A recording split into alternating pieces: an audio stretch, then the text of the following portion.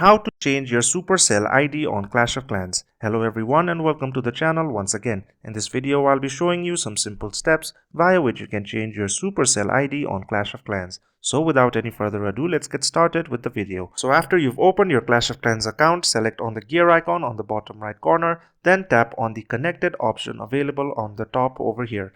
After that, you'll be able to see all of your connections, then select the gear icon. After that, you can scroll down until you find the option for logged in and then simply tap on change email. After that, you can select on yes and then you'll be receiving a code on your account.